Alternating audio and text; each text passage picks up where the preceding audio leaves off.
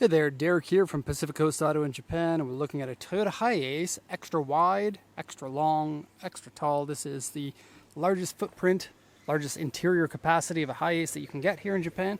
This one here comes from 2006. It's going to be exported over to Canada, and it's only 52,000 original kilometers with the 4-cylinder gasoline inline 4-cylinder 2700cc. See if I can get this right. Mileage here at the time of shooting 52,868, and we're going to be sending this one over to the port as soon as this report is finished. Here we'll just take a look at the condition of the car compared to the auction sheet and show it to you guys. So condition wise, we're looking pretty good. Exterior is probably about an 8 out of 10. Interior is mostly stripped. It has a bed platform in it, which is kind of interesting. I'll show you in just a second. First off, we'll translate this auction inspection sheet. This is a 2006 Hiace Super Long DX, auction grade 4 with an interior C. It comes with power steering and airbag. Oddly, no power windows, which is really uncommon for a 2006. Also has AC, of course, and the AC works nice and well. Okay, so original silver paint. Sales points here are aftermarket 17-inch wheels. They're actually not in the best of condition. 3 of them are fine. This one left front one, though, has a lot of these squiggles from corrosion, and you can't get rid of these without repainting it. So how much do they stand out? Not a ton, but they are visible if you look for them. They're a nice looking wheel, but to each their own for what wheels look good on a big vehicle like this. It is such a large vehicle that the wheels, even 17s, look really tiny like that. Okay, it comes with a drive recorder and a digital camera in the mirror. And so you can kind of see it there. And then there's a camera here. Let's get some focus camera. Focus on my hand. There you go. And now you can see that. So yes, it has a front and a rear camera. And it says front spoiler. It's an aftermarket front bumper on this. Navigation, reverse camera, AC 100 volt hookups. So you can plug in your regular wall outlet plugins. Dual airbag, toll collection box. Aftermarket shift knob, comes with tires in the car, and some modifications to the bed section. Okay, the report here says driver's seat cigarette burn hole and repair. I'll show you in a second. Interior is slightly dirty. It's actually pretty clean, I would say. I wouldn't worry about it here. Trunk area scratched and dented, various scratches, dents, and sticker marks. Sticker marks, interesting. I didn't notice those. Okay, looking at the diagram here, so we have some AU2 over here, which is a medium scratch and dent. Paint fade on the roof, which you really can't see unless you're like literally 3 meters tall. And even going up there, I didn't really see it. I can stand on this fence and then throw the camera up so that you can see it. Let's just get up here.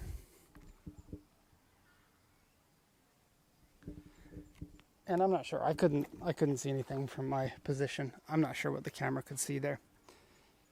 Okay, and U2 over here. That's another medium dent, and AU2 is medium scratch and dent over here, and then A2 here as well.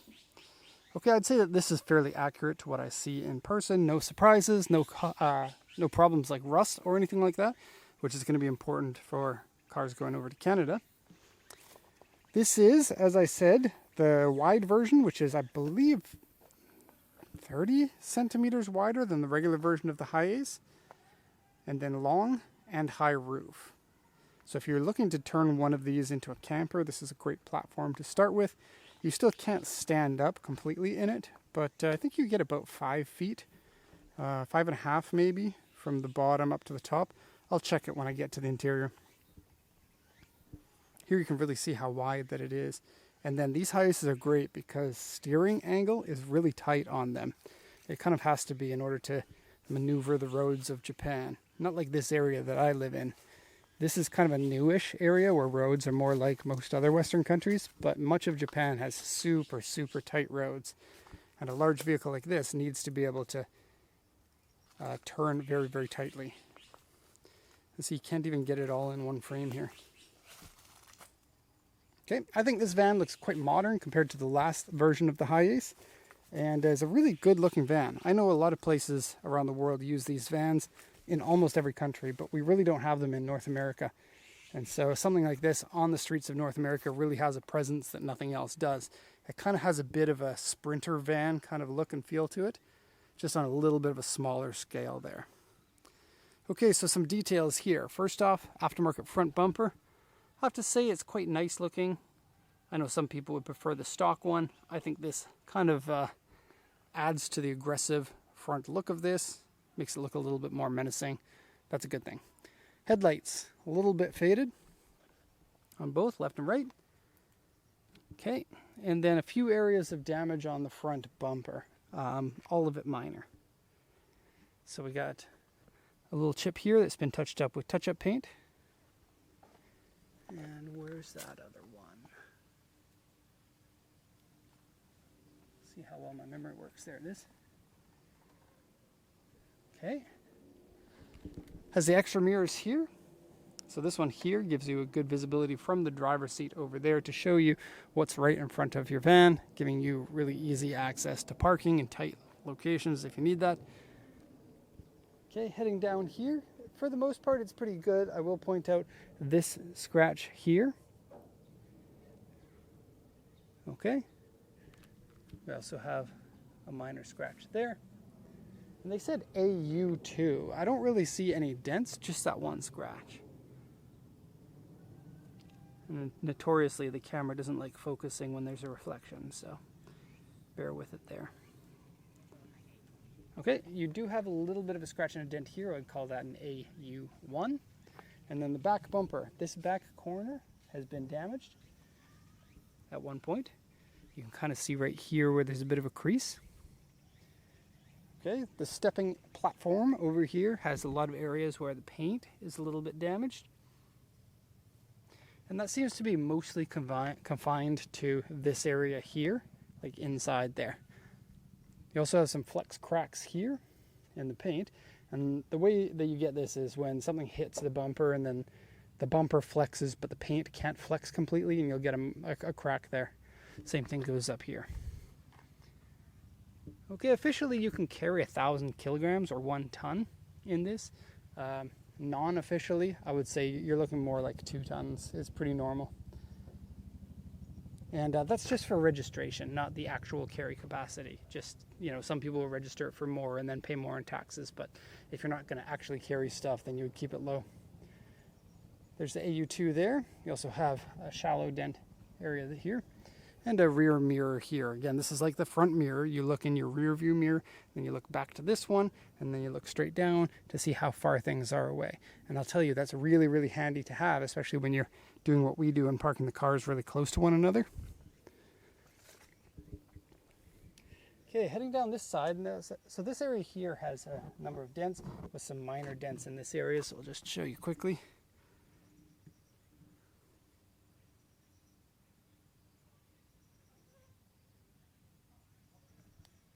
It's mosquito season, so I'm trying to deflect mosquitoes as I'm filming this. Okay, so they're all minor dents, but all together they kind of make up a dented area. You can see what you can do about getting those pulled. And this area here is all fine, so nothing really to say there. The car has mosquitoes, get off of me. Okay, the car has an aftermarket chrome kit. This isn't OEM stuff. So it's like a chrome piece that goes over the regular stuff. You can see it's kind of coming off. All these chrome pieces, to some extent or another, are faded. So they include those handles there. These handles here. And the back mirror also has the same chrome. And yeah, they're all fading a little bit. Oh, and yeah, we got some dent up here. I did not miss that earlier in the report, but almost missed it here. So, going into the front, we have 3 seats across here, and I think 2 in the back for a total of 5 that have seat belts. It might be 6. Okay, so this is a cab over design, so you sit on top of the engine. I've heard a number of people in the comments mention how, like, oh, what happens when the engine blows up? Well, for one, the engine's not going to blow up. But secondly, you're sitting on a firewall. If anything blows up, it's not going to get through that firewall, in the same way that when the engine is in front of you, it's not going to get through the firewall there. The engine is literally right by your legs in a regular type of car. So there really is nothing to worry about in that respect. There might be a little bit of worry in a cab over design because you don't have all of that front crash area. That might be part of the reason why these aren't popular or were never sold in North America.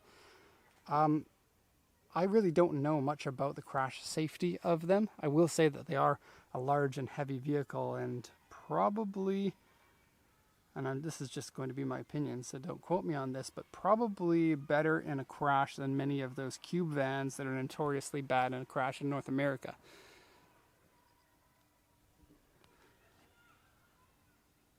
Okay. I might be wrong about things. Go do your own research when it comes to stuff like that. I don't know. Don't quote me. Okay, so the doors are a very basic plastic here. They have a crank style window, which for all you youngins used to be on all the cars, basically all the cars in the 1970s and earlier. Okay, seats. Cigarette burn on this one seat. Now it doesn't smell like cigarettes at all in the vehicle. The ashtray doesn't look like it's been used in years. There are no ash remnants or anything. And then they did the common trick of cutting out the cigarette burn and then sewing in a little piece of fabric that you cut off of somewhere else on the seat. So it kind of covers it. Everyone kind of knows what it is still though.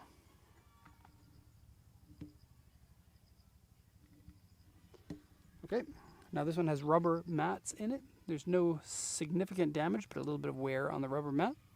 Has a steering wheel cover, which is really not my jam. I want to have full control over the steering wheel, not to have this grippy, bunchy type of material.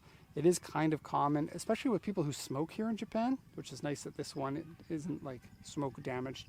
Even the headliner doesn't really look smoke damaged. But I really don't like the feeling of that. The steering wheel underneath looks like it's in pretty good condition.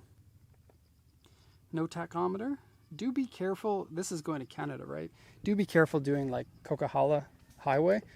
It's not meant to floor it the entire time on the way up. It just, that's a steep and long mountain range. So take care while you're going up not to overheat.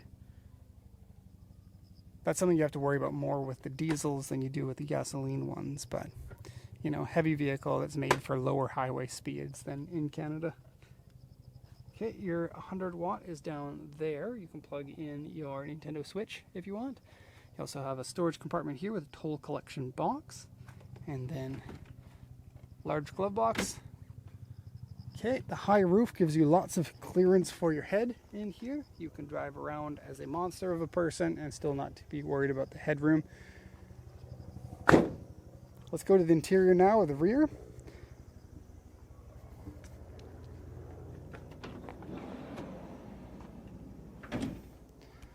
Okay, so 1, 2, 3, and I think 4 or 5 here, but there might be a 3 seat belts. Let's see what we got.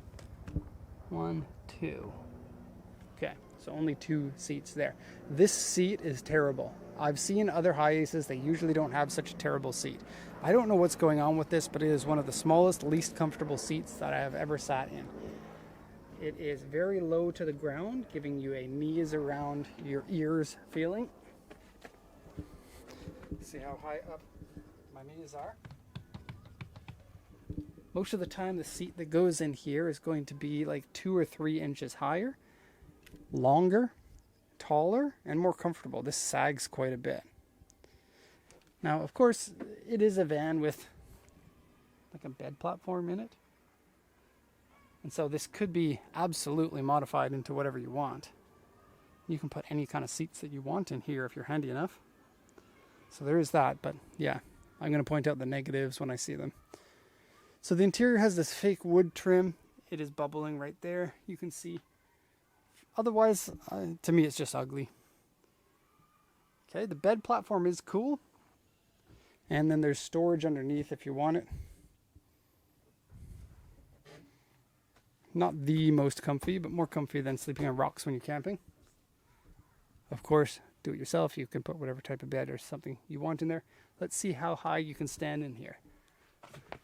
You want to see me? What's going on? 5'10". So yeah, probably about 5 feet 2 inches of headroom. And then window covers, which you can take off. They haven't been glued on or anything. There's just these little clips that have been added. So you pull these clips back, and then you can take those window covers out if you want to. Take them out, put them back in as much as you want. Really easy to do. And then curtains on the back. And let me just go into the rear section.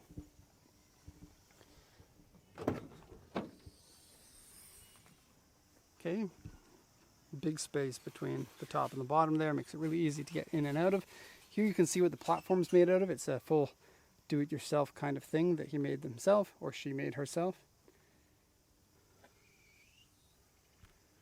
Okay, came with these original tires. They're from 2014. The ones on the car are also 2014. Neither of them really look any better than one another, but the ones on the car there are alloys and these are steels, so the alloy ones will be a little bit better fuel economy. Okay. There are some modifications to the side pieces here on both sides. Let me show you. And I think this is for a surfboard or something, because that's something they do in Japan. Okay, so non-standard screws here, here, and here, and here, and here, and here. These are just magnets. And then there's some sort of a putty in here to seal that up. Same thing goes over here. Some screws. So it looks like something used to be mounted on there. Not sure what it is. There's also... where was it?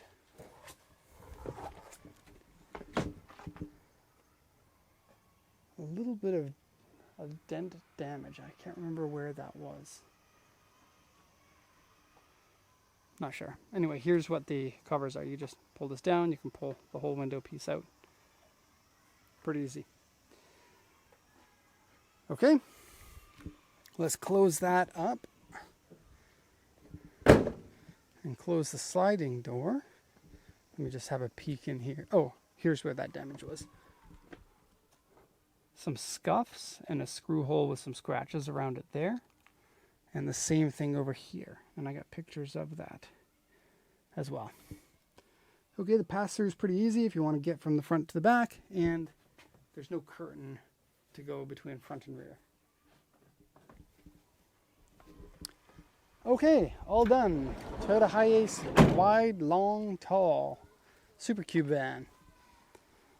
Okay, so as usual, if you have any questions, please feel free to ask. Thank you so much for watching, and have a nice day.